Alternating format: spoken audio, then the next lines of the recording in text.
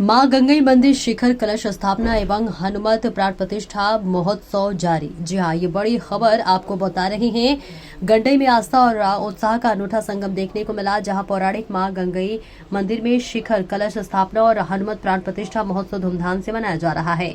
इस दौरान निकली भव्य कलश यात्रा में बड़ी संख्या में महिलाओं ने पीले वस्त्र धारण कर भाग लिया, जिससे पूरा माहौल भक्तिमय हो गया। वहीं सुरही नदी से जल लाकर श्रद्धालुओं ने विधि विधान से पूजन किया और वही 3 दिवसीय कार्यक्रम में हवन यज्ञ, महाभिषेक और पूर्णाहुति जैसे धार्मिक अनुष्ठान संपन्न हुए। खास बात यह रही कि भीषण गर्मी में मुस्लिम समाज के लोगों ने शरबत और पेयजल वितरित कर भाईचारे की मिसाल पेश की। महोत्सव में पंडित राम प्रताप शास्त्री के सानिध्य में श्रद्धालुओं ने पूजा अर्चना कर माता रानी का आशीर्वाद लिया। 23 तारीख को अंक हुआ, आज 24 को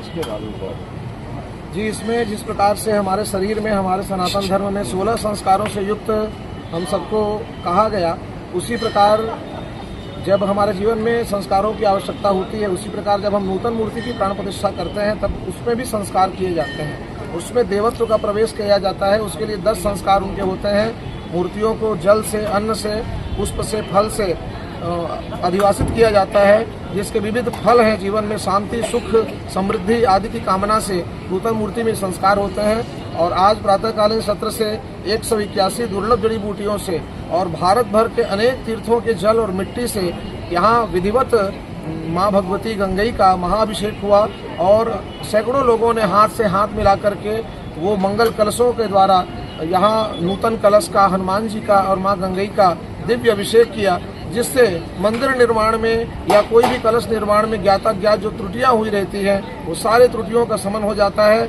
और विधिवत मूर्ति में देवत्व का संस्कार होता है, जिससे उस मुक्ति में शक्ति का आधान होता है और हमें वो मूर्ति एक देव के रूप में कल्याण प्रदान करने का सामर्थ्य प्राप्त करती है।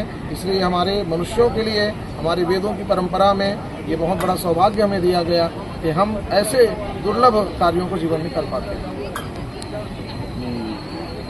माँ गंगी माता रानी, तो उनके बारे में कुछ इतिहास बताइए। माँ गंगई का ये जो स्वरूप है, ये पौराणिक काल से यहाँ विराजित है और अष्टादश भुजा में स्वयंभू रूप से अगर कोई देव विग्रह है तो यहाँ माँ गंगई माता है। और ये सबसे बड़ी विशेषता ये है कि हमारे यहाँ जो 3 महाशक्तियाँ कही गई, महाकाली, महालक्ष्मी, महासरस्वती, ये हम समझते हैं कि भारतवर्ष में एक पहला स्थान होगा जहाँ तीनों विग्रह एक ही मूर्ति के भीतर विराजित हैं। यहाँ माँ गंगई के 3 विग्रहों का दर्शन लोगों को होता है। एक ओर तो माँ भगवती महामाया विराजित हैं, एक ओर माँ शीतला विराजित हैं और महाकाली, महालक्ष्मी, महासरस्वती के 3 मस्तक के साथ त्रिगुणात्मक रूप में यहाँ माँ भगवती गंगई विराजित है और अष्टादश भुजा धारण करके वो स्वयंभू प्रकट हुई है।